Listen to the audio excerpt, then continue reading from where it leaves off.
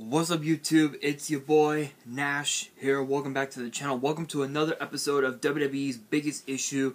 This week's episode is going to be a little different compared to all the other ones, because this episode is on the history of the Money in the Bank ladder match and why it's become so stale over the last several years. So let's get straight into it. So the concept of the Money in the Bank ladder match goes all the way back to 2005, and I'll explain that here in just a moment. But the concept is that the match can involve anywhere between 5 to 10 participants. The only objective is to find a ladder, climb it, and grab the briefcase. Once you have done that, you are guaranteed a title opportunity anytime, anywhere for up to a year. Initially, because that it was from 2005 to 2016, it was mostly the male superstars who would compete in this match. But over the last 5 years, I would say the last 5 years, the female superstars have now gotten their own ladder match, which is incredible, because now whoever wins that would get a future women's title opportunity for anywhere for up to a year. Initially, because that the first ever Money in the Bank ladder match was exclusive to Raw, you were guaranteed a match for the World Heavyweight Championship, which back then was exclusive to Raw, and the WWE title was exclusive to SmackDown. And then from that point up until 2014, yeah. From 2006 up until 2014, you were guaranteed to get a show, or rather, I guess up to until 2010, you were guaranteed to cash in on any champion, no matter what brand you're from. The ironic thing is that in 2006, the ECW title became a third option, but nobody cashed in. Nobody cashed in on the ECW title and won it, because of the fact that people wanted to go higher than the ECW championship. They wanted to go after the world title, or even the WWE title for that matter. And as of February in 2010, the ECW title and the brand itself was disbanded because of NXT. That being said, from 2010 up until 2013, you were guaranteed to if you were on Raw and you won Money in the Bank, the Raw Money in the Bank, you had to cash in on the WWE title. If you were on SmackDown, you had to cash in on the World title. But from 2014 to 2016, you could only cash in on the WWE World Heavyweight title back when it was like one thing. 2017 was then a SmackDown exclusive where you can only cash in on the WWE Championship, and then from 2018 up until now, you were able to cash in on any champion you desire, no matter who it was. And it's interesting because because after 2010, the pay-per-view ended up the Money in the Bank ladder match ended up becoming a pay-per-view, which now happens every single year.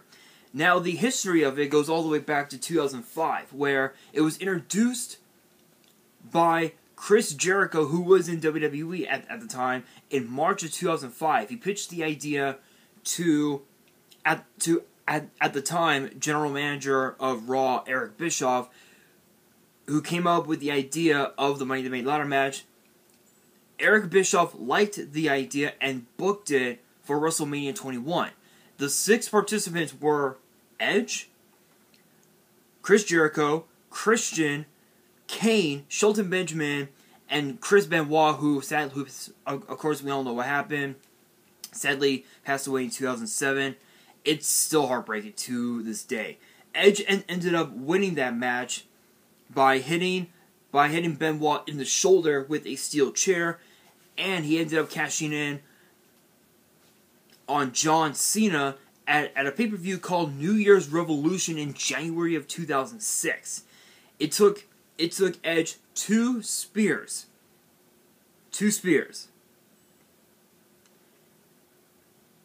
on John Cena to win the WWE Championship. That was actually his first of 11 world titles. And it's interesting because during Edge's time as Mr. Money in the Bank, he had went up against some of the best and baddest. He went up against guys like Kane and Big Show.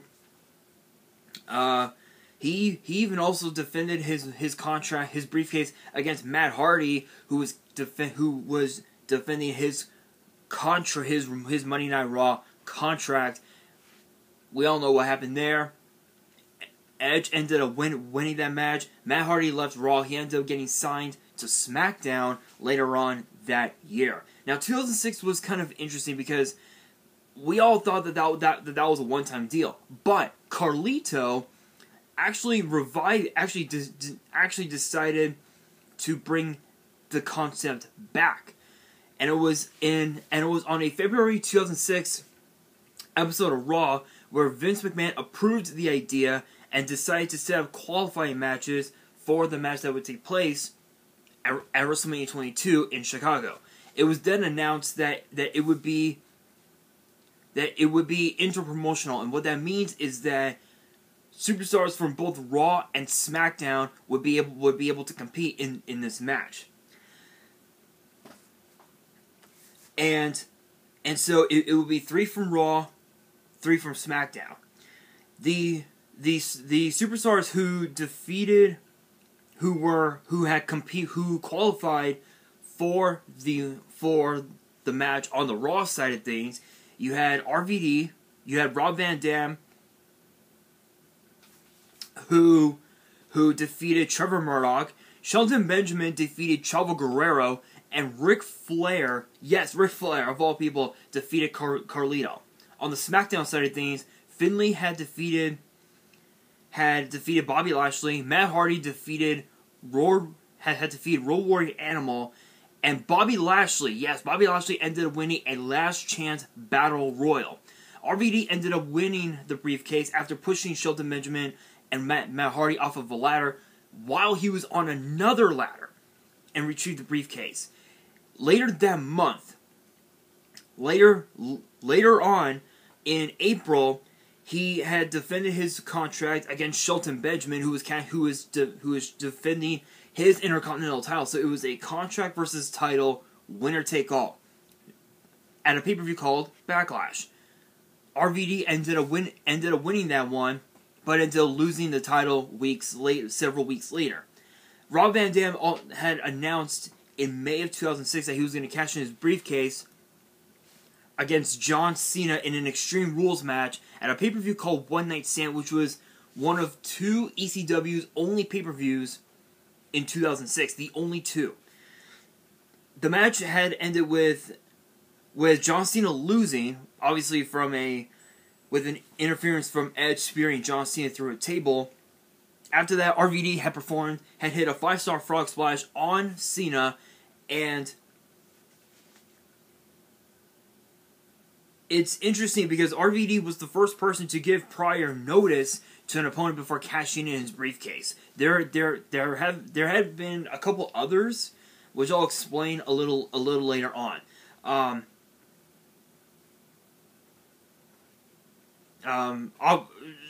Presumably, was the idea for RVD to announce the cash-in was to ensure that John Cena would actually appear at One Night Stand, because Sabu had challenged Rey Mysterio for the World Heavyweight Championship on that pay-per-view. Obviously, and of course, RVD ended up losing the WWE title in a triple threat match a little over a month and a half later, actually. And then after that, from 2007 going forward, it became a major staple. It became a huge, huge staple to WWE. So the third match would take place at WrestleMania 23 in Detroit, Michigan, where this would feature 8 superstars from Raw, SmackDown, and ECW. And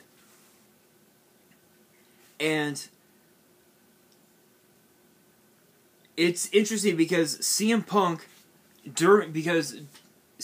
had defeated Johnny Nitro, or I guess John Morrison now, to qualify for to compete in the match. King Booker, or I guess Booker T, had defeated Kane in a Falls Count Anywhere match with an interference from the Great Khali. And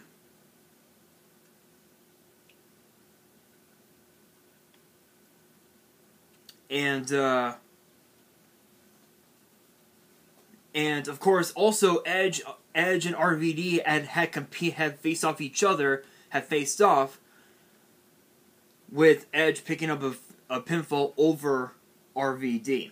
Jeff Hardy ended up defeating Shelton Benjamin to become the 4th man to qualify. Mr. Kennedy defeated Sabu. Matt Hardy defeated Joey Mercury, and Finlay had won a triple threat match against Benoit, against Chris Benoit and MVP to qualify. And there was one qualifying match left. That did not come to pass. Initially, it was going to be Carlito versus Ric Flair, but it was deemed a no contest when the Great Khali decided to attack both of them. And unfortunately, here's the funny thing: the match was rescheduled for the following week, but Randy Orton ended up bribing his way into that match, making it a triple threat elimination. Which, of course, Orton ended up pinning both men, performing an RKO on both of them. Thus, now he had qualified. The interesting about this one is that Mr. Kennedy ended up winning that match after ramming CM Punk off of a ladder using another ladder. And it's interesting because during the next few weeks, he had kept declaring that he would cash in the briefcase at WrestleMania 24 next year, the following year, in 2008. However, on May 7th, 2007, on Raw, he had defended the Money in the Bank briefcase against Edge, because Edge basically gloated, pretty much got into Kennedy's head and said, "I want to face you for the briefcase." He ended up losing, and just a few days later, on May 11th, 2007, it was actually a taping, mind you. Nowadays, it's live. But on SmackDown, there was a match between The Undertaker and Batista for the World Heavyweight Championship, which ended in a draw in a steel cage. Mark Henry, who had returned from injury, assaulted The Undertaker and left him injured in the ring. As he was leaving, Edge came in, handed the briefcase to the referee, Jimmy Corderas, and had defeated The Undertaker with a single spear to win the world title. This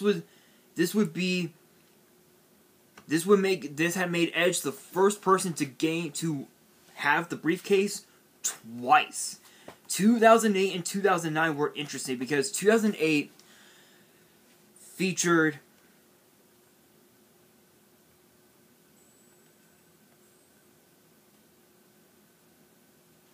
which actually featured I believe, let's see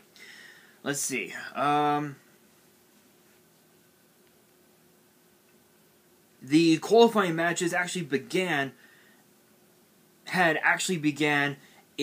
on the February 18th episode of Raw, where Jeff Hardy and Mr. Kennedy qualified by defeating Snitsky and Val Venus in singles matches. Shelton Benjamin had qualified against Jimmy Wang Yang. Jericho was placed in a match against Hardy, where if Hardy lost, Jericho would be in. Jericho ended up winning that one. And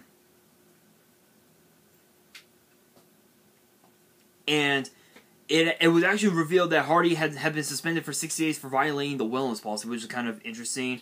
CM Punk had partook in this one.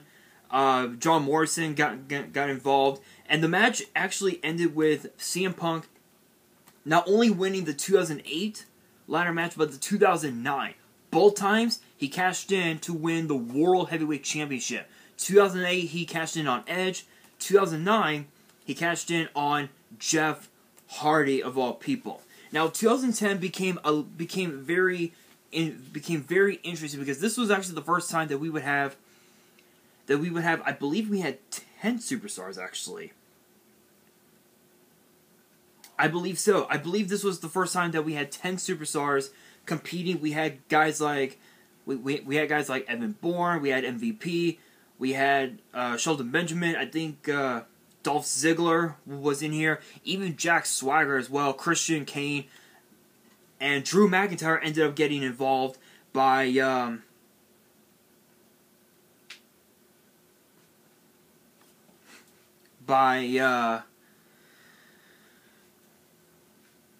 Vince McMahon. Drew McIntyre was put into it by Vince, and yeah, it was interesting. It was interesting to say the very least. But Jack Swagger ended up winning that match after knocking Christian off of the ladder to win the briefcase, and later that week,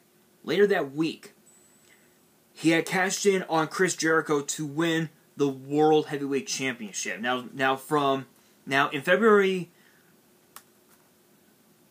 At some point in that year, it would become not just a staple for it would no longer become a staple for WrestleMania. It would become a staple for as its own pay-per-view. It consisted of the Raw side of things consisted of Randy Orton, The Miz, R-Truth, Chris Jericho, Evan Bourne, Ted DiBiase, John Morrison, and Edge. Miz ended up winning the Raw briefcase. The SmackDown briefcase consisted of Matt Hardy, Kane, Cody Rhodes, Christian, Kofi Kingston, and The Big Show. Drew McIntyre and Dolph Ziggler had competed in qualifying matches and were both added to the match. Kane won the SmackDown briefcase and cashed in on Rey Mysterio that night.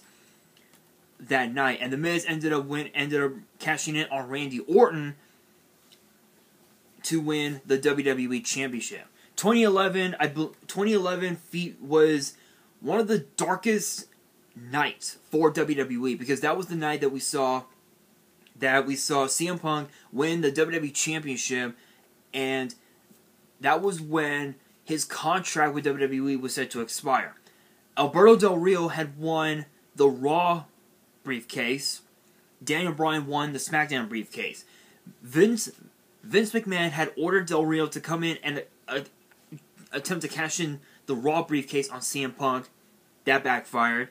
So he ended up cashing in August at SummerSlam after CM Punk not only won the WWE champ, retained technically, or rather become the undisputed WWE champion, and was attacked by Kevin Nash himself. And Del Rio ended up becoming WWE champion, held the title for a few months. Daniel Bryan on July 22nd on SmackDown had announced that he wanted to cash in at WrestleMania, but it did not come to pass, as he cashed in at TLC in 2011 on The Big Show to win the world title, and held it until WrestleMania 28. 2012 had took place at the U.S. Airways Center in Phoenix. This was interesting because Dolph Ziggler and Dolph Ziggler had won the SmackDown briefcase. The Raw briefcase featured John Cena, Kane, The Big Show, The Miz, and Chris Jericho in a all-star match. All former world champions. Cena ended up winning the briefcase after hitting Big Show with the briefcase, which the hook broke off. Dolph Ziggler had held the briefcase until the night after WrestleMania on April 8th. In 2013, cashed in on Alberto Del Rio to win the world title. Cena became the second man to announce the cash-in, which would take place on the 1000th episode of Raw, and he would cash in on CM Punk, and it backfired on him because the Big Show interfered, and he caused CM Punk to be disqualified and retain the title. Thus, the heel turn from CM Punk. So John Cena became the first person to fail the cash in. Now, the 2013 edition of the pay-per-view Money in the Bank featured CM Punk, Daniel Bryan, Randy Orton, Sheamus, Christian Kane, and RVD were announced by Stephanie McMahon in the Raw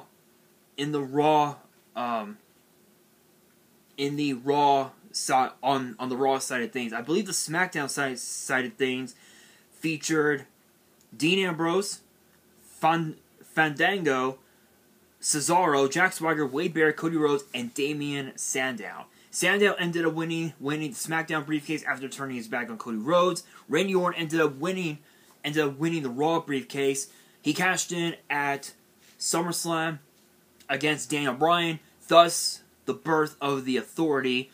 Sandow actually became the second man to fail to cash in his briefcase, and thus John Cena had retained the WWE, had retained the world title, and Sandow became the second superstar to fail the cash in. Obviously, in 2013 at TLC, the WWE and the World House were united to become the WWE World Heavyweight Title, and of course, with that 2014 came, and the participants for the 2014 match feature Bad News Barrett, or Wade Barrett, Dolph Ziggler, RVD, Jack Swagger, Kofi Kingston, Dean Ambrose, and Seth Rollins. And of course, Barrett was removed from the match due to injury. Rollins ended up winning the match with an interference from Kane on behalf of the Authority. And it's interesting because Brock Lesnar was the WWE champion at the time, and at WrestleMania 31, he actually pulled it off. He became the first man he actually became the only man to cash in Money in the Bank at WrestleMania and win the WWE title by defeating both Brock Lesnar and Roman Reigns. 2015 featured Dolph Ziggler, Sheamus, Kofi Kingston, Neville, who is now a part of AEW, I believe is his name, Roman Reigns, Randy Orton, and Kane.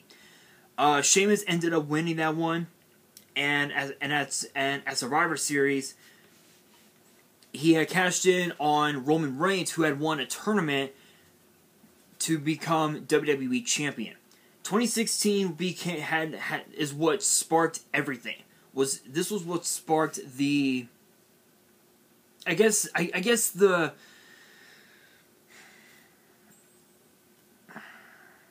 how can I put it? I guess the rise of the brand split, the brand extension, if you will. This featured Sami Zayn, Kevin Owens, Cesaro, Chris Jericho, Alberto Del Rio, and Dean Ambrose. All who had won their qualifying matches on the May 23rd episode of Raw, and originally it was supposed to have been a 7-man, 7 superstars, but the 7th slot was later removed. Dean Ambrose ended up winning the briefcase, cashed in later that night after Seth Rollins beat Roman Reigns for the title and became WWE champion. And it's also interesting to note that the Shield, Reigns, Ambrose, Rollins, they were the only group that had became WWE champion on the same night. Roman Reigns came into Money in the Bank 2016 as WWE champion. Seth Rollins ended up becoming WWE champion, but Dean Ambrose walked out as WWE champion. Now, 2017 featured. This was a SmackDown pay-per-view. This featured AJ Styles, Shinsuke Nakamura, Dolph Ziggler, Sami Zayn, and Baron Corbin, the initial 5 participants. And then, of course, Kevin Owens convinced Shane to make him the 6th participant. Mojo Rawley had the opportunity to make it a 7-man if he could defeat WWE Champion Jinder Mahal, but of course that actually backfired. So it ended up becoming 6 men, and Baron Corbin had won the briefcase. On August 15th on SmackDown Live, back when it was SmackDown Live, Cena had a non-title match against Jinder Mahal. Cena was about to pin Jinder Mahal. Corbin had gotten involved, and he cashed in on Jinder Mahal, but with the interference of John Cena, Baron Corbin became the 3rd man to fail to cash in. Now, on the women's side of things, you have Charlotte Flair, Becky Lynch, Natalya, Carmella, and Tamina. Carmella had won the briefcase, but with the help of James Ellsworth. So on the following episode of SmackDown, Daniel Bryan, who was the GM of SmackDown at the time, had forced Carmella to relinquish the briefcase, and they scheduled another Money in the Bank ladder match, and it was announced that James Ellsworth would be banned from ringside. Shockingly enough, he got involved anyway. Even though he did, he still got involved. Yet Carmella was able to become Miss Money in the Bank, and she cashed in the following SmackDown after WrestleMania when the Iconics, Peyton Royce and Billie Kay, who are now, we all know, attacked Charlotte Flair. 2018 was interesting because this was the first pay-per-view in well over a couple years that featured both Raw and SmackDown.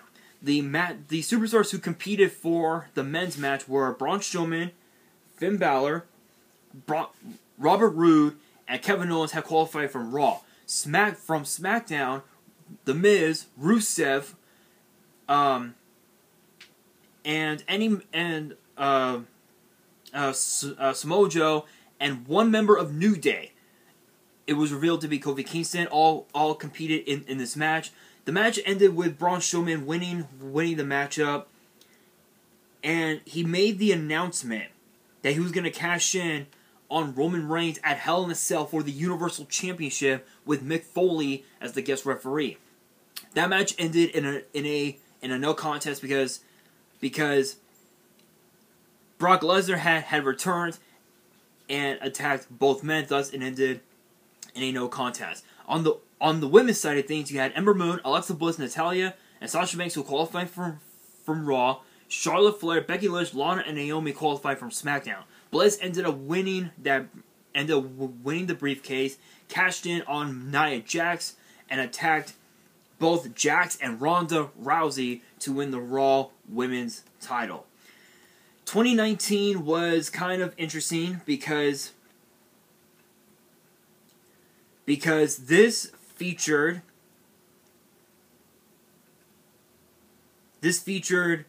Braun Strowman, Ricochet, Drew McIntyre, and Baron Corbin from Raw, Mustafa Ali, Finn Balor, Andrade and Randy Orton.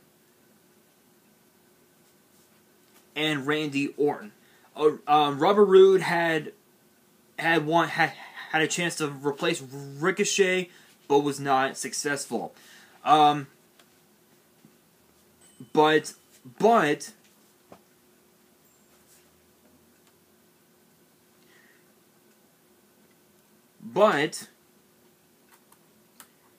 there was that. But initially, Sami Zayn was going to be in the match, but because of some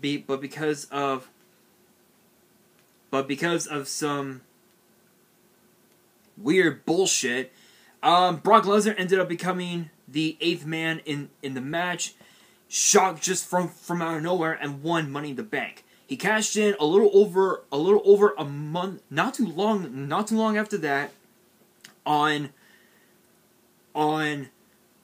Seth Rollins, after he and Becky Lynch defeated Corbin and Lacey Evans to retain their Raw Women's and Universal titles. Lesnar came in, attacked Seth Rollins to the point of no return, cashed in the briefcase, hit him with the F5. It was done. Now the SmackDown side of things was won by Bayley, who cashed in on the same night to win the SmackDown Women's title from Charlotte Flair.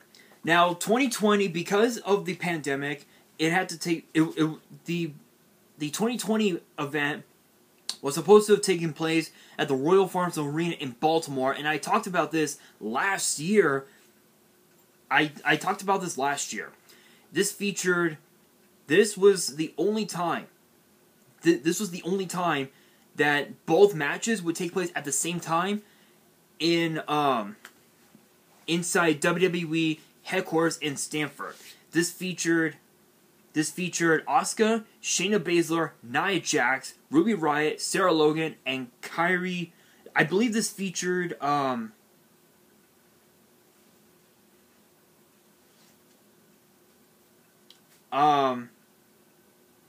Shayna Baszler, and Nia Jax from Raw. Dana Brooke, Lacey Evans, and Carmella have filled out the SmackDown spots. From the Raw side of things, you had Aleister Black, Apollo Crews, and Rey Mysterio. Daniel Bryan, King Corbin, who is now no longer King, and Otis.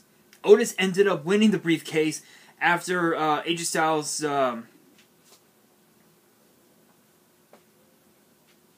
Andrade was pulled from the match due to I believe it was due to an injury, but AJ Styles ended up taking the last spot after he had won a last chance gauntlet match. And the match ended with Otis grabbing the briefcase. It ended with Asuka winning her briefcase, and Otis winning his when the briefcase just landed on top of him. The next night on Raw, Becky Lynch came out and told Asuka it was not for a title opportunity, it was for the title, because she had announced her pregnancy. Otis ended up losing the briefcase to the Miz. And Miz ended up cashing in on Drew McIntyre this past February at Elimination Chamber with the help of Bobby Lashley. Now it's interesting because the last several years, here's my take as to why the last few years have been stale. If you look at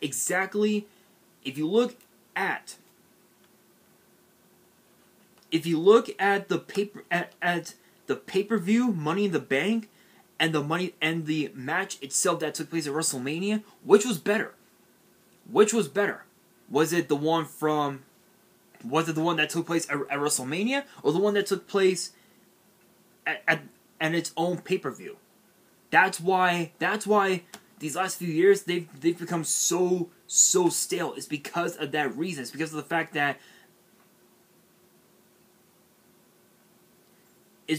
the fact that with everything that's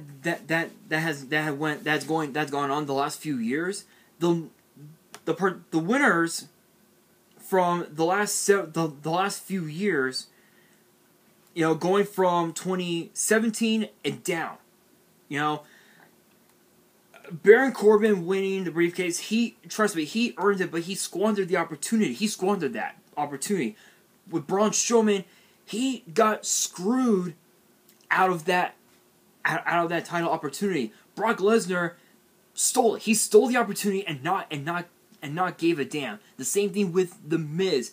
He screwed Otis out of a big opportunity of making a name for himself. And as far as Bayley goes, it's Bayley.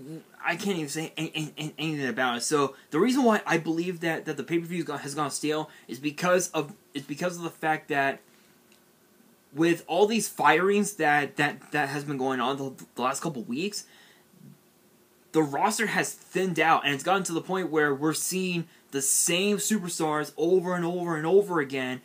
I feel like we need new talent, new participants. Like if you look at this year's Money in the Bank, we're seeing somewhat of new.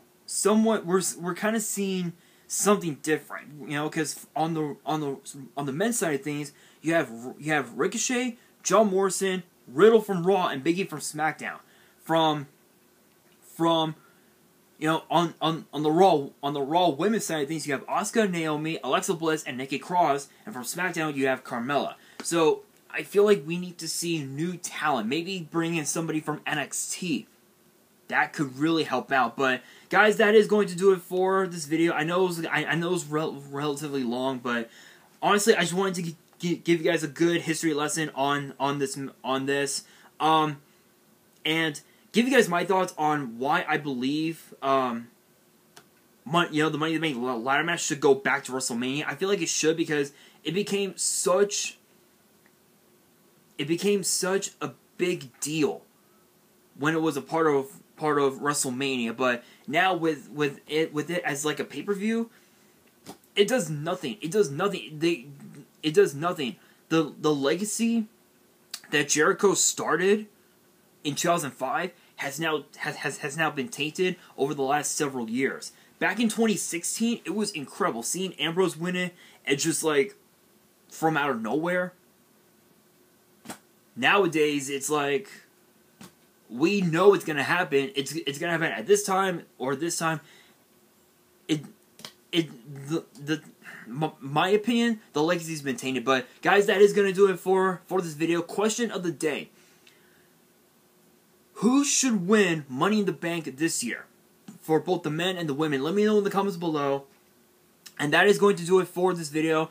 Hopefully you guys enjoyed. If you did, make sure you guys smash that thumbs up button if you guys are new to the channel and you guys want more episodes of WWE's Biggest Issue, which gets posted every Monday.